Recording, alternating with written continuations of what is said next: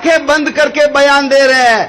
कोई दोष नहीं है नुपुर शर्मा का, उसने तो वही बातें कही है जो कुरान में लिखी हुई है। कुरान में लिखा हुआ है,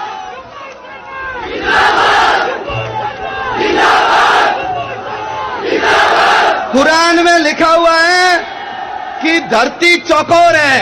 बोलो, धरती चपटी है या गोल? और धरती गोल है इसलिए हमको एक विषय पढ़ाते थे, उस विषय का नाम है भूगोल। क्यों? क्योंकि भूमि कैसी है। लेकिन ये इतने कट्टरपंथी है, उपग्रह ने फोटो भेज दिए गोल धरती के, लेकिन उसको मानने के लिए वो तैयार नहीं है। चलेंगे सीधे, धरती का किनारा आ जाएगा, नीचे गिर जाओगे, ऐसा लिखा हुआ है। उड़ता हुआ घोड़ा नुपुर शर्मा ने अपने मन से नहीं कहा। आयशा का विवाह 6 साल में हुआ और 9 साल में उससे शारीरिक संबंध बनाए गए। ये मैं नहीं कह रहा हूं, ये कुरान में लिखा हुआ है। और इनका जो मामा है, इनका जो मामा है जाकिर नाइक, आपने सुना जाकिर नाइक के बयान? जाकिर नाइक ने कहा है, जनसत्ता अखबार ने लिपापोती करके उसको 9 साल से 19 साल का बना दिया। लेकिन जाकिर नाइक ने कहा जनसत्ता ने गलत लिखा है। आयशा की उम्र कितनी थी? कोई गलत नहीं बोला। मुल्ले और मौलवियों को आगे आकर के बोलो, स्पष्टीकरण देना चाहिए कि नहीं देना चाहिए? लेकिन जाकिर नाइक बोलेगा तो कोई विरोध नहीं करेगा, और हमारा कोई व्यक्ति बोलेगा तो सारा आसमान सिर के ऊपर उठा लेंगे। कारण हिंदू जग रहा है, उनकी हालत खराब हो रही है। हिंदू जग गया तो मेरा क्या होगा, तेरा क्या होगा रे कालिया। आपने वो गीत सुना होगा ना, अपनी तो जैसे तैसे थोड़ी ऐसे या वैसे कट जाएगी, आपका क्या होगा जनाब अली। तो आपका क्या होगा ये जानते हैं, इसलिए ये विद्रोह कर रहे हैं। भाइयों, मैं आपको कहता हूं, आपने रामायण पढ़ी हो नहीं पढ़ी हो कोई बात नहीं, गीता पढ़ी हो नहीं पढ़ी हो कोई बात नहीं, वेद देखे हो या नहीं देखे हो कोई बात नहीं। आप सबसे निवेदन करता हूं, आप कुरान पढ़िए। क्या पढ़िए? कुरान। और यदि कुरान पढ़ोगे तो आपको समझ में आ जाएगा गीता क्यों पढ़नी चाहिए।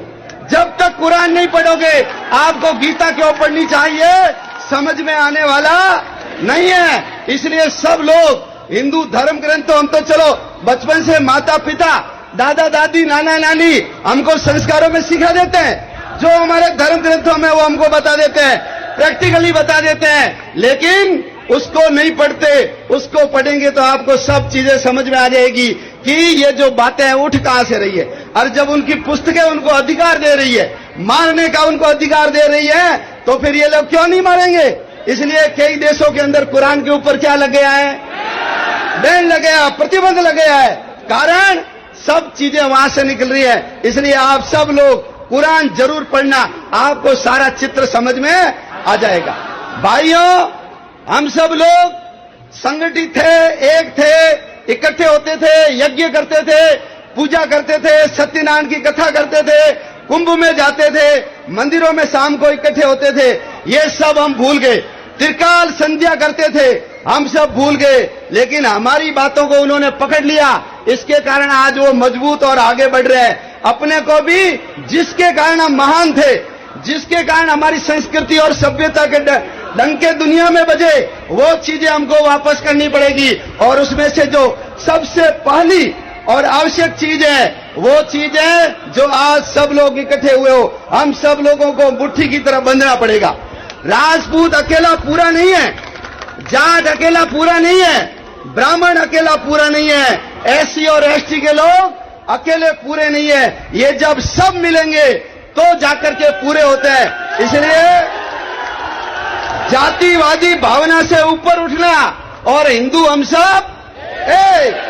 दुनिया में 2 प्रकार के काम होते हैं, एक होते हैं अच्छे काम, गायों को चारा डालना, पक्षी को चुग्गा देना, प्याऊ लगाना, कहीं पेड़ लगा देना, कहीं शेड लगा देना, कुर्सियां लगा देना, ये सब अच्छे काम है। लेकिन दूसरे काम होते हैं आवश्यक काम। हिंदू इस बात को नहीं समझता, मुसलमान इस बात को समझता है। इसलिए मैं आपको एक बात पूछता हूं, आप में से कोई भी मेरे को मुसलमान के बनाई हुई प्याऊ दिखा सकता है क्या? मुसलमान का बनाया हुआ पक्षी चुकाकर बना सकता है क्या कोई? बता सकता है क्या कोई? मुसलमान कभी पेड़ लगाता है क्या? कभी लंगर चलाता है क्या? गौशाला या धर्मशाला हॉस्पिटल बनाता है क्या? अरे कभी भूकंप और बाढ़ आ जाए तो फटी हुई लुंगी और पजामा तक नहीं देता वो प्रधानमंत्री राहत कोष के अंदर फूटी कौड़ी 5 पैसे भी नहीं देता। क्यों? क्योंकि उसको पता है ये बेवकूफी के काम कौन करता है? हिंदू करता है। इसलिए वाटर कूलर लगाएगा हिंदू, पानी कौन पिएगा?